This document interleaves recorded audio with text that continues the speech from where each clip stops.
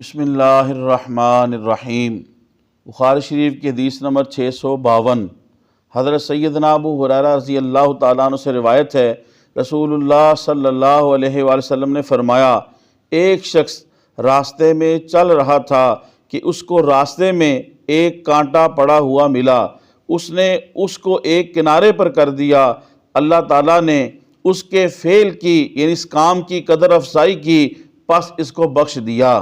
محترم خواتین و حضرات، اس حدیث پاک کے اندر نبی کریم صلی اللہ علیہ وسلم نے ارشاد فرمایا کہ ایک شخص جس نے راستے سے تکلیف دہ چیز کو ہٹایا، کانٹے کو ہٹایا، اللہ نے اپنے ذمہ کرم سے، اپنے فضل عظیم سے اس کی مغفرت اور بخشش فرما دی۔ اب اندازہ کریں کہ مخلوق خدا سے ایک ادنا سی تکلیف دور کرنے پہ اللہ نے اس کی اپنے فضل سے بخشش کر دی، اور جو مخلوق خدا کی بڑی بڑی تکالیف اور پریشانیوں کو دور کرنے میں اس کی مدد کرتے ہیں، اللہ تعالیٰ کی بارگاہ میں اس کی کتنی قدر و قیمت ہوگی۔ محترم خواتین و حضرات، تبلیغ دین کی نیت سے حدیث شریف کے اس درس کو زیادہ سے زیادہ لوگوں تک پہنچانے کے لیے میری اس ویڈیو کو شیئر کریں۔ اللہ پاک آپ کو جزائے خیر دے۔ السلام علیکم ورحمۃ اللہ وبرکاتہ۔